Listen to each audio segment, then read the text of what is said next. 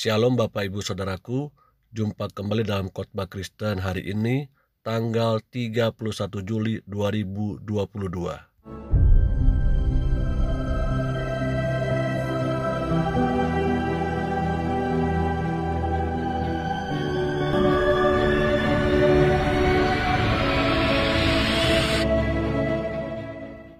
Mari sebelum kita diberkati lewat firman Tuhan, saya mengajak Bapak Ibu Saudara untuk tundukkan kepala dan tutup mata, kita berdoa. Tuhan Yesus, terima kasih buat hari yang baru ini. Kami sungguh mengucap syukur karena Tuhan sudah menolong dan menyertai kami sepanjang minggu berlalu. Saat ini kami mendengar firman Tuhan. Kami rindu firman-Mu mengubah hidup kami, menyempurnakan hidup kami, dan kami mau dididik dan diajar oleh firman-Mu ya Bapa. Dalam nama Tuhan Yesus Kristus. Haleluya, haleluya. Amin. Bapak Ibu Saudaraku yang Tuhan Yesus kasihi, kita masuk dalam minggu kelima dalam seri khotbah Gereja Betel Indonesia dengan judul Penghalang Relasi yang Sehat. Terambil di dalam Yesaya 59 ayat 1 sampai dengan 3. Yesaya 59 ayat 1 sampai dengan 3. Demikian firman Tuhan, sesungguhnya tangan Tuhan tidak kurang panjang untuk menyelamatkan, dan pendengarannya tidak kurang tajam untuk mendengar. Tetapi yang merupakan pemisah antara kamu dan Allahmu ialah segala kejahatanmu, dan yang membuat dia menyembunyikan diri terhadap kamu sehingga ia tidak mendengar ialah segala dosamu, sebab tanganmu cemar oleh darah dan jarimu oleh kejahatan. Mulutmu mengucapkan dusta, lidahmu menyebut-nyebut kecurangan. Sedemikian jauh pembacaan firman Tuhan kita pada pagi hari ini. Bapak Ibu Saudaraku yang Tuhan Yesus kasihi, pernahkah Anda melihat permainan yang menguji sepasang kekasih atau dua orang sahabat? Apakah satu sama lain saling mengetahui makanan kesukaan, hobi, dan lain sebagainya yang hanya diketahui oleh orang-orang yang terdekat? Tentu ketika sepasang kekasih mendapat nilai yang bagus atau banyak jawaban yang benar, yang cocok, itu menandakan sehatnya sebuah hubungan, sebuah relasi dari sepasang kekasih itu. Menjadi pertanyaan bagi saya dan saudara pagi hari ini, bagaimana dengan hubungan saya dan saudara, hubungan kita dengan Tuhan? Apakah kita sungguh-sungguh mengetahui apa yang menjadi kesukaannya Tuhan, apa yang menjadi perkenanannya Tuhan, apa yang menjadi ketidaksukaan Tuhan, apa yang Tuhan benci, apa yang Tuhan ingin supaya kita menjauhi segala macam kejahatan, bahkan segala macam keduniawian. Coba kita renungkan sesaat, bagaimana kita menjawab pertanyaan-pertanyaan ini. Apakah kita berani berkata bahwa kita punya hubungan yang baik, hubungan yang sehat dengan Tuhan, bahkan hubungan yang baik dan sehat dengan sesama? Kita akan melihat beberapa poin untuk dapat memiliki relasi yang sehat dengan Tuhan. Maka kita perlu menghindari hal-hal berikut ini. Hindari hal-hal yang tidak disukai, hal-hal yang tidak berkenan di hadapan Tuhan. Maukah kita belajar bersama-sama? Saya berharap kita membuka hati kita dan kita bersama-sama akan diberkati lewat poin-poin ini. Yang pertama, jauhi kejahatan dan dosa. Yesaya 59 ayat yang kedua. Tetapi yang merupakan pemisah antara kamu dan Allahmu ialah segala kejahatanmu, dan yang membuat dia menyembunyikan diri terhadap kamu sehingga ia tidak melanggar ialah segala dosamu. Haleluya. Kejahatan dan dosa adalah penghalang terbesar hubungan orang percaya dengan Tuhan. Ketika Tuhan menebus segala dosa-dosa kita di kayu salib, dan kita percaya pada karya anugerah yang dikerjakan oleh Kristus Yesus, sebenarnya relasi kita dengan Tuhan sudah dimulai. Tetapi relasi itu akan kembali menjadi rusak ketika seorang percaya melakukan apa yang tidak Tuhan kehendaki, apa yang Tuhan benci, apa yang Tuhan inginkan, supaya kita menjauhi segala macam kejahatan dan dosa-dosa.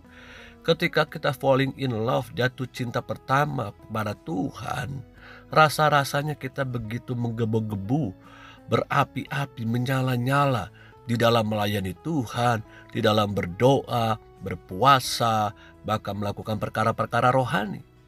Namun ketika cinta mula-mula itu mulai kendor, ketika kita mulai membuka diri terhadap keduniawian, kepada kedagingan yang ada dalam hidup kita, tanpa kita sadari, kita mulai melakukan perbuatan-perbuatan atau bercacat celah di hadapan Tuhan. Hubungan kita dengan Tuhan kembali rusak, hubungan kita kembali retak. Kenapa? Karena kita cenderung lebih melakukan apa yang menjadi keinginan-keinginan daging, yaitu dosa-dosa itu sendiri. Tahukah saudara apakah arti dosa? Dosa adalah pelanggaran terhadap hukum-hukum Allah. Dari mana kita bisa mengetahui hukum-hukum Allah? Dari Alkitab. Ketika bangsa Israel ada di padang gurun, Allah menuntun mereka lewat Musa sebagai seorang pemimpin. Tapi Allah juga memberikan aturan, Allah memberikan rule, yaitu 10 hukum Taurat, agar umat kesayangan itu dapat mengetahui mana yang disukai oleh Allah, mana yang tidak disukai oleh Allah, mana yang dibenci Allah, mana yang Allah ingin umatnya itu dekat dan melakukan hal tersebut. Mari bersama-sama, biarlah selama kita hidup di tengah-tengah dunia ini, kita perlu sungguh-sungguh memperhatikan apakah yang kita lakukan hari-hari ini menyukakan hati Allah, atau sebaliknya membuat hubungan kita dengan Allah rusak. Hubungan kita dengan Allah rusak, bahkan hubungan kita dengan sesama, karena yang kita lakukan adalah kejahatan-kejahatan. Yang kita lakukan adalah dosa-dosa yang bukan saja dibenci oleh Allah, tapi juga dibenci oleh manusia. Yang kedua, yang perlu kita hindari adalah tangan yang cemar. Sebab tanganmu cemar oleh darah dan jarimu oleh kejahatan. Yesaya 59 ayat 3 bagian A. Tangan saya dan saudara seringkali melakukan kecemaran. Seringkali kita melakukan kejahatan, perbuatan-perbuatan yang tidak disukai. Tuhan Yesus pernah mengatakan, dan jika tanganmu menyesatkan engkau, penggallah. Karena lebih baik engkau masuk ke dalam hidup dengan tangan kudung daripada dengan utuh kedua tanganmu dibuang ke dalam neraka, ke dalam api yang tak terpadamkan. Artinya kita harus menjaga tangan dan seluruh tubuh kita agar tidak tercemar melakukan dosa. Seperti Markus 9 ayat 43 katakan tadi, bahwa hati-hati dengan tangan kita. Jangan sampai kita yang diberikan kedua tangan oleh Allah, lalu yang kita lakukan adalah sesuatu yang cemar. Yesus tidak sedang mengajarkan secara literal kita harus memotong tangan kita saat tangan kita tercemar. Tetapi Yesus ingin mengatakan bahwa dosa harus dipotong dan dibuang dengan tuntas. Doa itu harus dipotong supaya tidak ada perbuatan-perbuatan atau melahirkan dosa-dosa berikutnya. Hati-hati dengan tangan kita. Dengan tangan yang sama kita bisa menolong orang, dengan tangan yang sama kita melayani Tuhan, dengan tangan yang sama kita bisa mendoakan dan menumpang tangan orang sakit. Bahkan dengan tangan yang sama kita bisa membantu orang yang jatuh kembali bangkit dan berdiri. Namun celakanya dengan tangan yang sama juga kita berlaku kasar terhadap orang, berlaku kasar terhadap suami, istri, anak-anak. Bahkan dengan tangan yang sama kita mencuri apa yang menjadi kepunyaan orang lain. Dengan yang tangan yang sama kita dengan mudah memukul, menyakiti orang-orang yang sudah berbuat baik sama kita. Bahkan mungkin kita tidak melepaskan pengampunan bagi orang yang sudah berbuat jahat terhadap kita. Apakah tangan saya dan saudara betul-betul tangan yang bersih, tidak cemar, tangan yang tidak berdosa? Dengan tangan yang sama kita memberi persembahan buat Tuhan. Namun dengan tangan yang sama ternyata kita menerima sogokan, menerima korupsi, menerima hal-hal yang haram, bahkan melakukan hal-hal yang najis di hadapan Tuhan. Rasa-rasanya seringkali kita ini lalai dalam menggunakan tangan kita. Harusnya dengan tangan yang sama kita berlutut, berdoa, melipat tangan, dan berdoa berserah hanya kepada Tuhan. Tuhan yang mampu menolong dan meluputkan kita dari segala macam kejahatan. Amin. Dan yang kedua, bagian terakhir, hindari mulut yang berdusta dan curang. Mulutmu mengucapkan dusta, lidahmu menyebut-nyebut kecurangan. Yesaya 59 ayat 3b. Mulut kita memuji Tuhan. Haleluya, puji Tuhan. Begitu antusiasnya kita di dalam Tuhan ketika kita beribadah. Namun ketika di luar ibadah, dengan mulut yang sama kita mudah sekali memaki-maki orang. Dengan mulut yang sama kita menjelekan orang. Bapak ibu saudaraku, Yakobus mengatakan, sebab kita semua bersalah dalam banyak hal.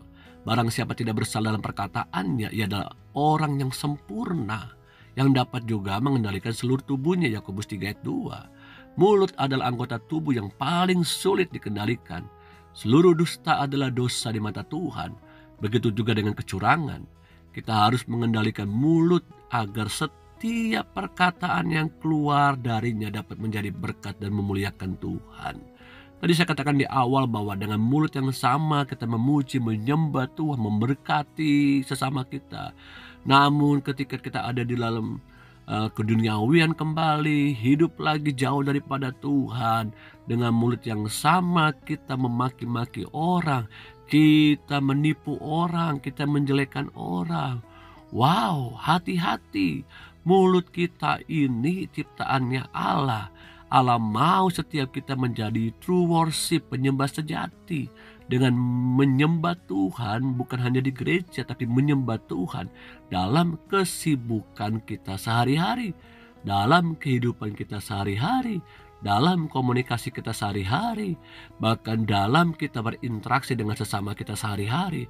Dengan mulut yang sama inilah kita seharusnya dapat memberikan kekuatan, perkataan-perkataan yang manis, perkataan-perkataan yang membangun. Jangan bersaksi dusta, bahkan jangan ingkar janji dengan mulut kita. Saya pernah mengingat sebuah lagu ada mengatakan bahwa memang lidah tak bertulang. Ya kan?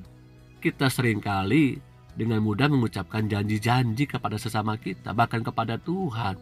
Tapi akhirnya kita tidak melakukan apa yang kita janjikan itu. Sehingga banyak orang kecewa. Bahkan bukan hanya sesama kita yang kecewa, Tuhan juga mungkin kecewa dengan janji-janji kita. Oke Tuhan, saya janji kalau Tuhan berikan saya pekerjaan, saya akan setia melayani Tuhan. Ketika dikasih pekerjaan, nyata-nyatanya hari Minggu pun dipakai untuk bekerja, sampai lupa datang beribadah.